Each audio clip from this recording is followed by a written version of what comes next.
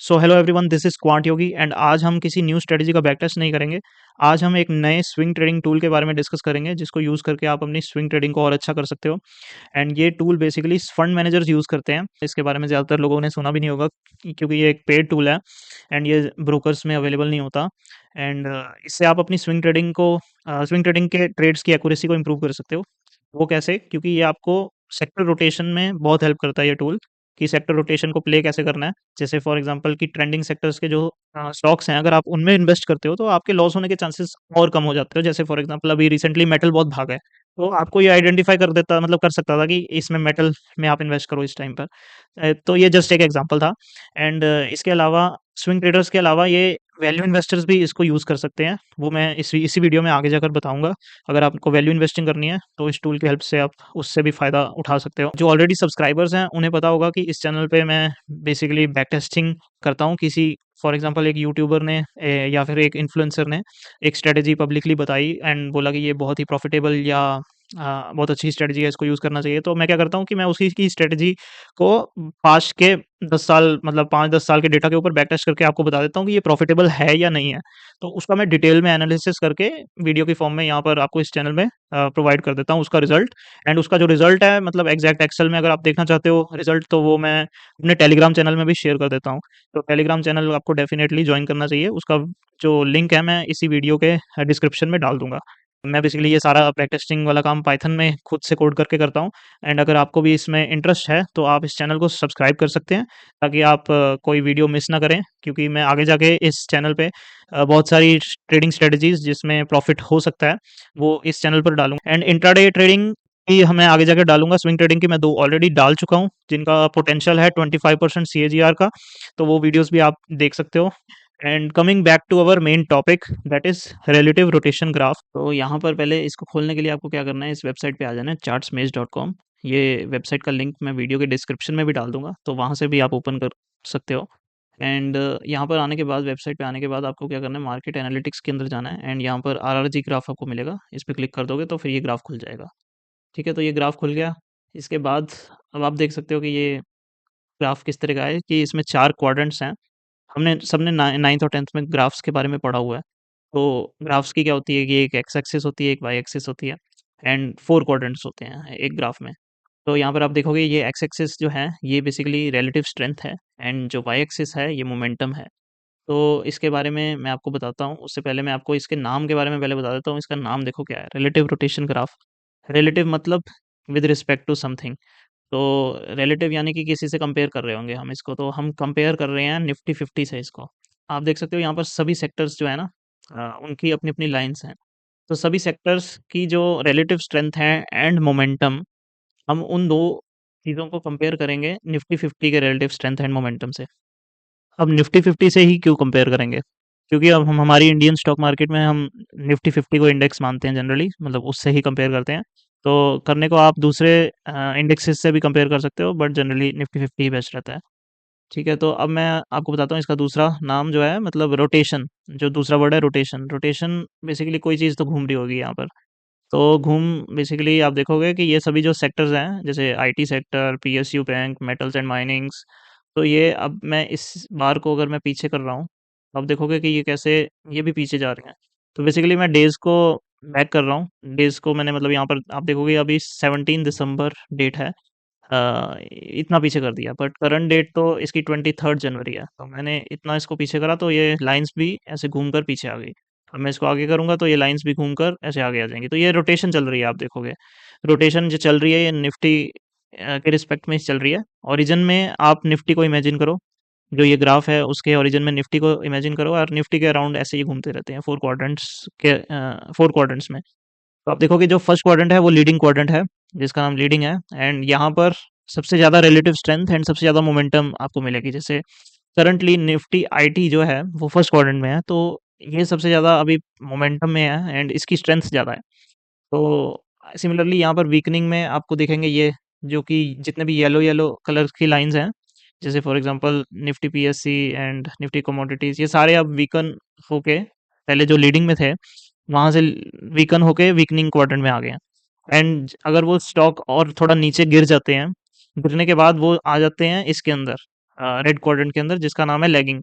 तो लैगिंग में आप देखोगे ये सारे स्टॉक्स हैं जो जिनकी लाइंस रेड कलर की हैं। एंड सिमिलरली यहाँ पर आपको इंप्रूविंग क्वाड्रेंट दिखेगा, जो इंप्रूविंग क्वाड्रेंट यानी कि आपका लैगिंग के बाद स्टॉक जनरली जो लाइंस जो हैं मूव होकर वो इंप्रूविंग में जाती है। अब ये सभी सेक्टर्स मेनली टू रीजंस के कारण इसके अराउंड रिवॉल्व कर रहे हैं। First is relative strength which is the X axis of this graph, and second one is the momentum which is the Y axis of this graph. तो कुछ लोगों को रिलेटिव स्ट्रेंथ एंड मोमेंटम के बारे में क्लैरिटी नहीं होगी, तो मैं एक बार समझा देता हूँ सिंपल शब्दों में। रिलेटिव स्ट्रेंथ क्या होती है? रिलेटिव स्ट्रेंथ ये होती है, जैसे एग्जांपल ले लेते हैं निफ्टी 50 एंड कोई और सेक्टर उठा लेते हैं, निफ्टी मेटल्स एंड माइनिंग। तो उस इन दोनों में से किसकी रिलेटिव स्ट्रेंथ ज़्यादा होगी वो डिपेंड करेगा किसने ज़्यादा ग्रोथ दिखाई है। मान लो कि निफ्टी 50 ने पिछले 3 मंथ्स में 5% की ग्रोथ दी है ना? एंड निफ्टी मेटल्स ने उन्हीं 3 महीनों में 10% की ग्रोथ दी है। तो निफ्टी 50 के कंपेयर में रिलेटिव स्ट्रेंथ मेटल्स की ज़्यादा है ना? क्योंकि उसने 10% दी है उन्हीं 3 महीनों में। तो इसलिए ये रिलेटिव स्ट्रेंथ इसकी अपसाइड पे, मतलब रिलेटिव स्ट्रेंथ को आप ट्रेंड ही मानो, तो ये अप ट्रेंड है इसका, एंड इसीलिए ये राइट साइड पे लाई कर रहा है। सिमिलरली अगर कोई ऐसा स्टॉक होता, जैसे फॉर एग्ज़ाम्पल निफ्टी रियलिटी, उसने उन्हीं 3 महीनों में कम ग्रोथ दी है निफ्टी 50 से। निफ्टी 50 ने तो 5% दी है, इसने मान लो 1% दी है, या फिर हो सकता है नेगेटिव में भी दी हो, तो इसीलिए ये लेफ्ट साइड पे लाई कर रहा है एक्स एक्सिस पे, क्योंकि इसकी रिलेटिव स्ट्रेंथ बहुत कम है। हो सकता है नेगेटिव में हो, तो फिर ये डाउन ट्रेंड में होगा। तो ये हो गया रिलेटिव स्ट्रेंथ। मोमेंटम क्या होता है? मोमेंटम बेसिकली रिलेटिव स्ट्रेंथ कितना फास्ट ग्रो करी है। तो rate of change of relative strength is momentum. जैसे मान लो कि निफ्टी मेटल ने बहुत फास्ट ग्रोथ कैसे करी होगी, कम टाइम में ज्यादा ग्रोथ करी हो। लास्ट के 1 मंथ में ही वो मान लो 5% ग्रोथ दिखा दी हो। जैसे उसने पिछले 3 महीनों में 10% कराई है, मतलब फर्स्ट मंथ उसने 3% ग्रोथ दी, नेक्स्ट मंथ उसने 2% ग्रोथ दी, लास्ट मंथ उसने 5% ग्रोथ दे दी, तो उसका मोमेंटम बहुत ज्यादा बढ़ गया। तो वाई एक्सिस हमारी मोमेंटम है। जितने स्टॉक्स ऊपर जाएंगे तो उतना उनका मोमेंटम हाई रहेगा।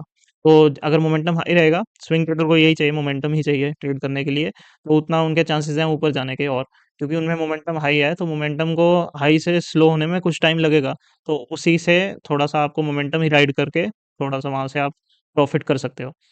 तो ये है सारा कंसेप्ट। आपका ग्रीन में क्या होता है कि रिलेटिव स्ट्रेंथ ज़्यादा होता है लीडिंग में, एंड मोमेंटम भी हाई होता है। फिर क्या होता है, धीरे-धीरे मोमेंटम आपका वीकन हो जाता है। जब मोमेंटम वीकन हो जाएगा तो आप येलो वाले एरिया में आ जाओगे, जो कि वीकनिंग क्वाड्रेंट है। जब फिर उसके बाद मोमेंटम वीक हो गया, फिर उसके बाद स्टॉक साइडवेज चला चला जाएगा थोड़ा सा, एंड साइडवेज जब चला जाएगा फिर उसके बाद नीचे आएगा। जब नीचे आएगा तो लैगिंग में चला जाएगा, लैगिंग में आएगा, फिर उसके बाद क्या होगा कि वहां से वो गिरने के बाद धीरे धीरे ऊपर उठना जब स्टार्ट होगा, तो वो फिर इम्प्रूविंग में जाएगा। उसका थोड़ा सा मोमेंटम ऊपर की तरफ आएगा तो वो इम्प्रूविंग में जाएगा। फिर इम्प्रूविंग से जब मोमेंटम भी मतलब उसका कांस्टेंट है, मोमेंटम सेम है, एंड वो ऊपर जाना स्टार्ट करता रहता है, मतलब ऊपर जाता रहता है, तो फिर वो दोबारा से लीडिंग में आ जाएगा। तो सिंपल कंसेप्ट है। सो अब बात कर लेते हैं कि आपको इसको यूज़ कैसे करना है। सो अगर आप स्विंग ट्रेडर हो, तो स्विंग ट्रेडर को तो दो क्वाड्रेंट के ऊपर फोकस करना है। एक है इम्प्रूविंग, एक है लीडिंग। क्योंकि आपको बेसिकली उन स्टॉक्स के ऊपर या उन सेक्टर्स के ऊपर फोकस करना है जिनमें मोमेंटम हाई है।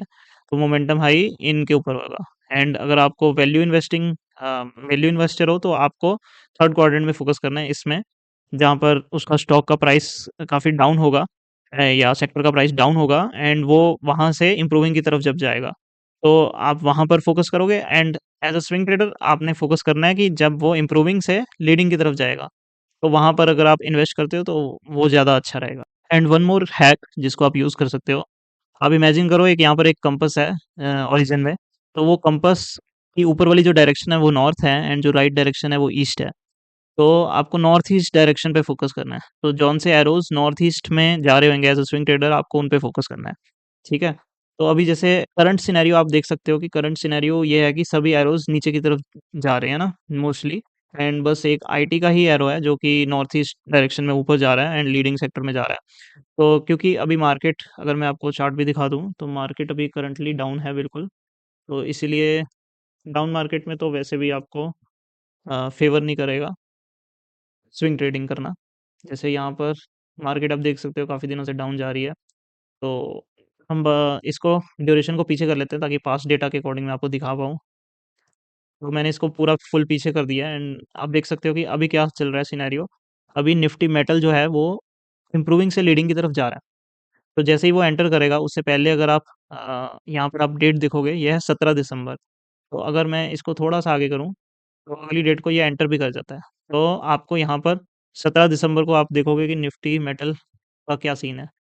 निफ्टी मेटल अगर मैं यहाँ पर डालूँ, ठीक है?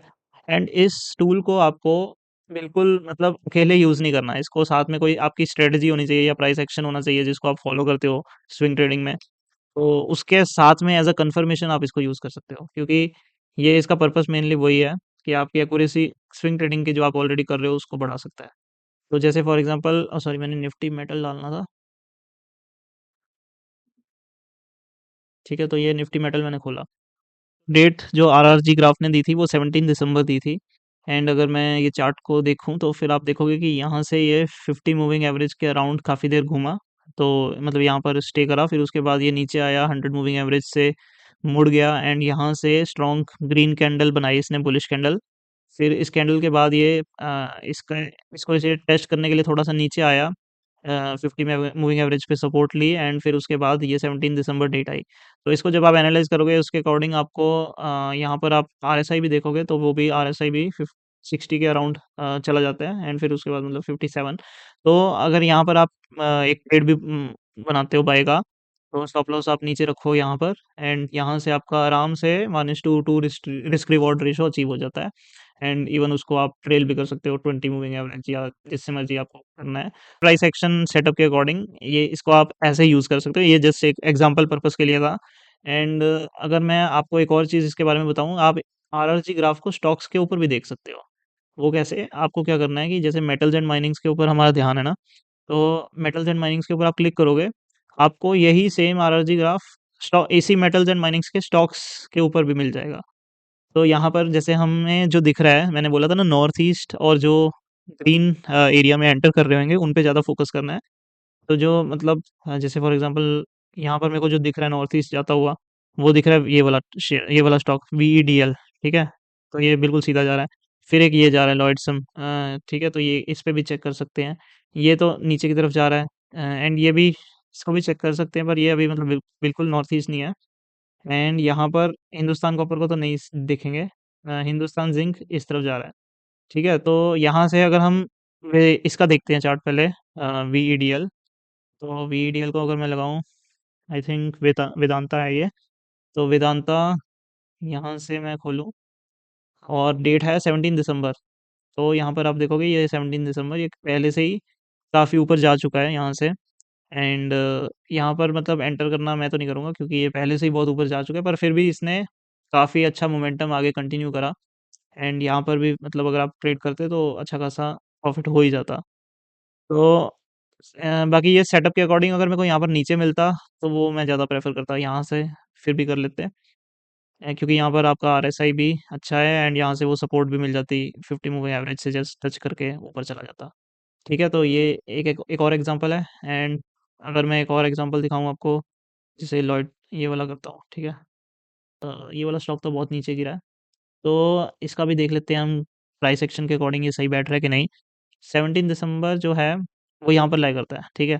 तो 17 दिसंबर आप देख रहे हो कि ये पहली बात तो 200 मूविंग एवरेज के नीचे है, तो 200 मूविंग एवरेज के नीचे आपको वैसे ही ट्रेड को अवॉइड करना चाहिए। एंड इसके अलावा आप देखोगे कि ये बहुत सारी मूविंग एवरेजेस के बीच में ही है अभी, मतलब 200 मूविंग एवरेज के ऊपर इसने क्रॉस करा, बट जो 100 मूविंग एवरेज है वो 200 के नीचे लाई कर रही है एंड 50 मूविंग एवरेज भी उसके नीचे ही लाई कर रही है। तो इतना तो मतलब चांसेस होते हैं कि जब ऐसा सिनेरियो हो तो इसको ये ब्रेक नहीं नहीं कर पाए एंड ये वापस आ जाए, तो फिर वापस आ ही गया। तो इस सिनेरियो में मतलब ट्रेड को ना ही लो तो ज़्यादा अच्छा है, क्योंकि 200 मूविंग एवरेज को ब्रेक करना इतना आसान नहीं होता। फिर इसलिए मतलब यहाँ पर ट्रेड नहीं करेंगे तो ज़्यादा अच्छा रहेगा। एंड ये आगे जाके बहुत गंदा नीचे भी आ गया। एंड अगर हम किसी और स्टॉक की बात करें, जैसे फॉर एग्जांपल इसी में अगर मैं जेएसएल को देख सकता हूँ, जेएसएल को देखूँ अगर मैं, जिंदल स्टेनलेस स्टील, ठीक है? तो यहाँ पर 17 जनवरी, तो 17 जनवरी यहाँ पर था एंड यहाँ पर भी ये मूविंग एवरेज से ऊपर ही काफ़ी डिस्टेंस पे चल रहा है। थोड़ा पहले बता देता तो ज़्यादा अच्छा रहता, बट यहाँ से भी अच्छा खासा मोमेंटम आपको मिला है ऊपर की तरफ, फिर उसके बाद ये नीचे आ जाता है। आरएसआई भी उस समय पे ऊपर ही था, ठीक है? एंड एक और स्टॉक देख लेते हैं जो है हिंदुस्तान जिंक। ये भी सीधा जा रहा है, जो जो स्टॉक मतलब अगर नॉर्थ ईस्ट की तरफ नहीं भी जा रहा, अगर खाली इस तरफ जा रहा है सीधा डायरेक्ट, एटलीस्ट वो उसका मोमेंटम उसका मतलब सेम है, बट उसका रिलेटिव स्ट्रेंथ इंक्रीज हो रहा है। तो नीचे जाने से वो बेटर है, क्योंकि अगर वो नीचे जा रहा है तो जैसे हिंदुस्तान कॉपर नीचे जा रहा है तो इसका मोमेंटम भी डाउन आ रहा है, तो उसको आप अवॉइड कर सकते हो। अभी हिंदुस्तान जिंक को देखते हैं, 17 दिसंबर जो है वो यहाँ पर है इसकी डेट। तो यहाँ पर तो नहीं आप एंटर करोगे डेफिनेटली। तो इसमें मतलब क्योंकि ये बहुत मूविंग एवरेज से ऊपर चला गया मेरे सेटअप के अकॉर्डिंग, अगर आपके सेटअप के अकॉर्डिंग क्या पता बन रहा हो तो आप कर सकते हो। तो सो एक दो और एग्जांपल देख लेते हैं, जैसे फॉर एग्जांपल मैं ये देख रहा था कि ये हमने सब देख लिया, इनमें से कुछ अच्छे हैं कुछ नहीं अच्छे। तो ये जैसे अगर मैं डेट को इंक्रीज कर रहा हूँ, यहाँ पर आप देख सकते हो 23 दिसंबर को टाटा स्टील एंटर कर रहा है। तो यहाँ पर ये लाई कर रहा है, ठीक है। तो यहाँ पर आपको काफ़ी इसने पहले बता दिया है, इसके अकॉर्डिंग यहाँ पर जब ये 50 मूविंग एवरेज जो यहाँ पर है ना, इसको जब ये क्रॉस कर जाता है, यहाँ पर क्लोज कर देता है, तो यहाँ पर आप एंटर कर सकते हो। क्यों? क्योंकि इसका जो एक विक है वो नीचे की तरफ रिजेक्ट हुआ है, 50 मूविंग एवरेज ने सपोर्ट दिया है इसको। एंड ये आपको ग्रीन कैंडल भी दिख रही है अच्छी खासी स्ट्रॉन्ग बुलिश कैंडल। फिर यहाँ पर अगर आप एंटर करते हैं with some stop loss like this, तो फिर यहाँ पर ये अच्छा रहता ट्रेड। एंड सिमिलरली एक और ट्रेड बन सकता है, वो मैंने देखा, जैसे फॉर एग्जांपल यहाँ पर आपको टाटा स्टील का तो देख लिया ना, तो यहाँ पर आपको सेल का दिख रहा है ना, तो सेल भी एंटर कर रहा है इस जोन में। तो सेल को अगर हम देखें कौन सी डेट को, 30 दिसंबर को, तो यहाँ पर मैं सेल, तो सेल आपका 30 दिसंबर को यहाँ पर था, ठीक है। तो ये मेरे सेटअप के अकॉर्डिंग 50 मूविंग एवरेज से इसने यहाँ पर 50 मूविंग एवरेज को क्रॉस ओवर करा। एंड यहाँ पर क्लोज हुआ अच्छी कैंडल के साथ, अच्छी ग्रीन कैंडल के साथ। फिर यहाँ पर अगर मैं स्टॉप लॉस लगाता भी हूँ तो फिर यहाँ पर भी अच्छा खासा प्रॉफिट हो जाता है। एक आध चीज़ जो रह गई है वो भी डिस्कस कर लेते हैं। सो इंटरवल के बारे में मैं डिस्कस करना रह गया था। तो इंटरवल मैंने जो सिलेक्ट करा हुआ था वो बेसिकली डेली था। तो डेली इंटरवल पे सारा एनालिसिस मैं आपको करके दिखा रहा था, एंड आप इसको वीकली भी सिलेक्ट कर सकते हो।